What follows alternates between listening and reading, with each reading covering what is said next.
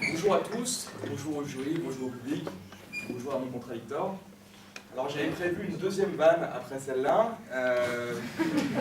qui était dédiée à Alexandre, et je voulais un peu l'attaquer sur le rugby, un truc un peu graveux. Et finalement j'ai pas le courage. J'ai pas le courage, et je me suis dit que quelqu'un qui donnait 3 ans de sa vie pour le rugby, ça méritait peut-être qu'on l'applaudisse. Alors moi j'ai applaudi Alexandre. C'est fair play. Alors le sujet qu'on a aujourd'hui, c'est la télévision, ce qu'on appelle la boîte à troubadour, la petite lucarne. C'est aussi, MC Solar nous en parlait, en nous disant que la télé était un trophée placé au centre du salon, qui représentait un horizon dans cette jungle de béton. Ce qui n'a rien à voir avec notre sujet. C'est complètement l'opposé, puisque lui il parle d'un horizon, nous on parle d'une sorte de fin morale. Alors, on va faire un petit plan aussi. Si on peut retirer 30 secondes aussi pour les passages, c'est un boulot.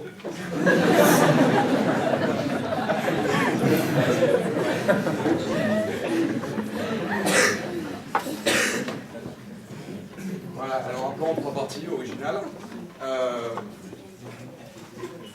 À la télévision, moi je vais vous parler de 3 acteurs. D'abord les acteurs. Les acteurs, c'est-à-dire tous les gens qui passent à la télévision et qui, d'après notre sujet, n'ont rien à dire. On n'apprend rien quand on les écoute. Ce sera notre petit 1, les acteurs. Petit 2, les chaînes de télévision. Parce qu'ici, il y a un deuxième sens dans notre sujet. Ce serait finalement qu'on aurait un acte délibéré de la part des chaînes de télévision, qu'elles auraient fait la télé pour ceux qui n'ont rien à dire. C'est-à-dire qu'elles produiraient volontairement des gens qui n'ont rien à dire.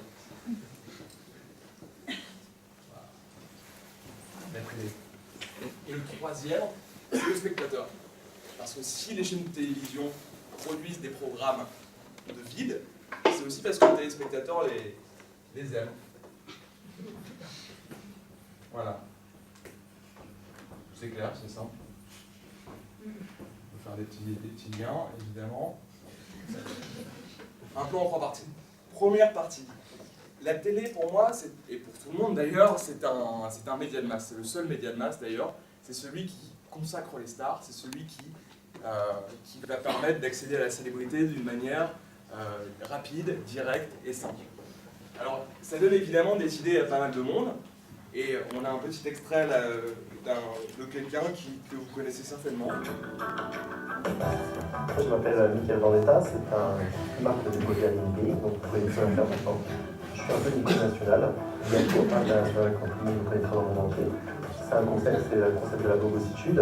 Je vois pas, et du sport et tu deviendras un beau gosse. Et à Nicole. Donc Michael Vendetta, lui, il vient nous parler de quelque chose, il vient absolument à nous parler de quelque chose, c'est la bogossitude. Donc la bogossitude, c'est un concept qui est assez difficile à décrire, mais lui, il arrive plutôt bien à le faire. Donc là, on a un deuxième extrait. Le concept, c'est la Bogos Life de Michael Vendetta.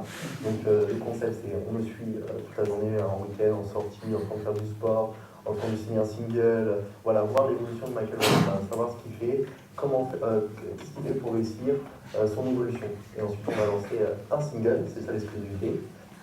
L'exclusivité, c'est qu'il lance un single après l'avoir signé les autographes.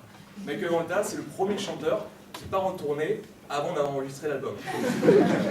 Pourquoi pas? Alors, on a devant nous quelqu'un qui est une sorte de maître du vide, c'est le Mozart du néant. Mais on a d'autres exemples. On peut bien sûr aller chercher dans les footballeurs professionnels qui passent régulièrement à la télé, qui font des cartons d'audience. Et là, on a également un 3e extrait, c'est le dernier, je vous promets. Patrick Vieira. Très compliqué. Très compliqué pour ces deux équipes. Je pense que l'équipe qui va recevoir aura peut-être l'avantage à domicile de jouer à la maison.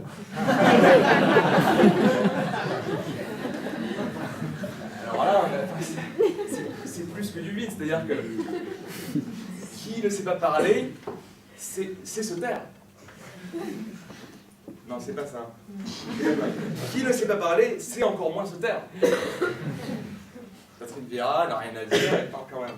Donc je vois déjà Alexandre Martin qui me dit « Ouais, mais tu tires sur l'ambulance, tu prends des exemples qui sont extrêmes, un peu facile. » Je suis d'accord avec toi, mais moi, mon constat, c'est qu'à la télé, aujourd'hui, le vide est partout.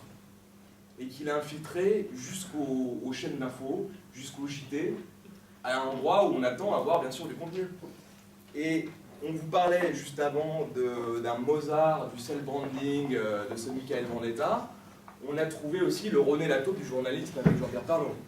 Alors lui, il fait son petit journal, aucune envie de parler de la guerre au Mali, aucune envie de parler du chômage, encore moins du pape en hélico. Lui, son truc, il y va droit dedans, c'est la choucroute. Reportage en Alsace, il nous épargne rien. Donc là, on a quand même des gens qui sont assez difficiles à challenger à la télévision, mais on a encore mieux, la télé-réalité, avec quelques expressions. Donc je me suis permis de vous les mettre de côté parce que je pense que ça vous plaira. John David, Secret Story 2, ce n'est pas au vieux singe qu'on apprend à faire des limaces. Angela, Loft Story 2, j'ai été pompeuse d'essence. C'était ce qu'elle voulait dire. Et puis, bon, on va se le permettre, Delphine de Loft Story 1, qui est aussi née chez Interparfum, et qui nous dit « Qui c'est qu'a pété ?» Donc là, on est vraiment au niveau zéro de la télévision, excusez-moi pour ça, mais il fallait... on en arrive évidemment aux raisons de tout cela. Pourquoi ce vide à la télévision?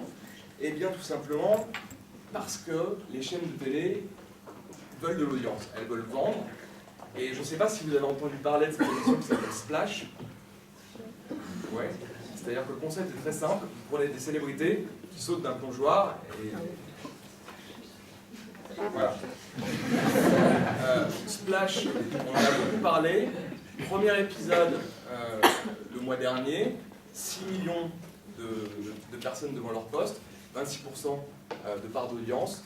Et alors qu'en face, il y avait des gens qui avaient essayé de faire du lourd sur France 2, France 3, on avait les victoires de la musique, on avait Thalassa, et Énergie 12 qui allait tenter les cordiers jugés flics. Une revue.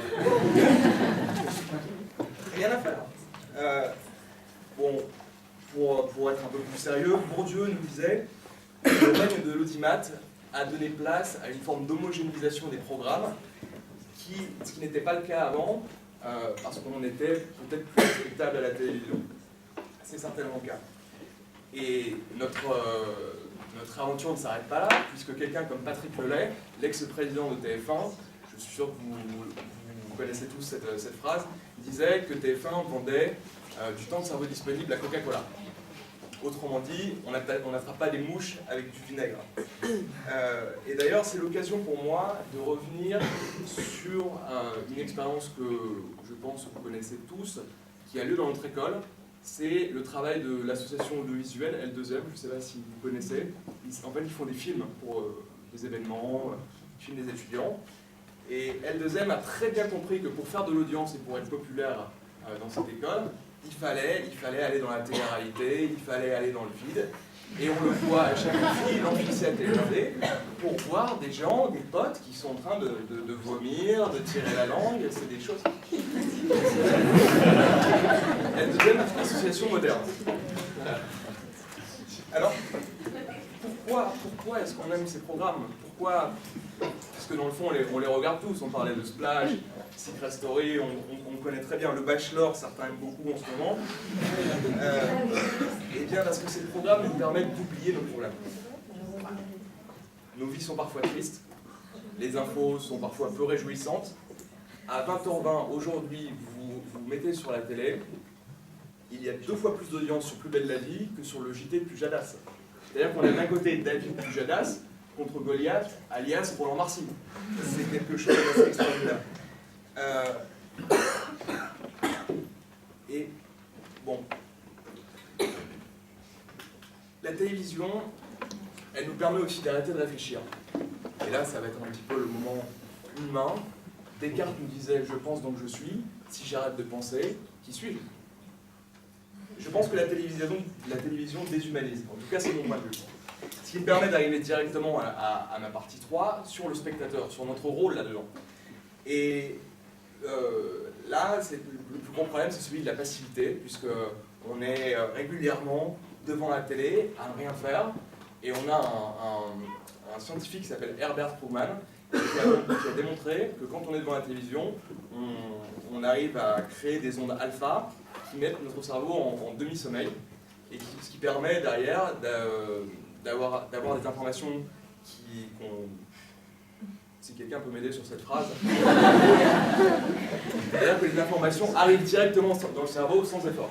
Donc c'est fantastique pour la pub, c'est fantastique pour beaucoup de choses. Et on est de plus en plus inerte devant la télé, on est même plus inerte devant la télé d'ailleurs que pendant notre sommeil.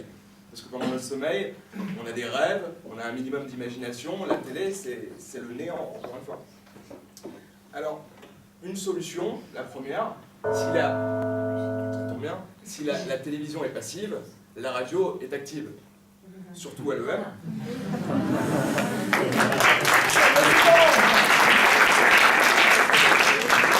C'est une première solution.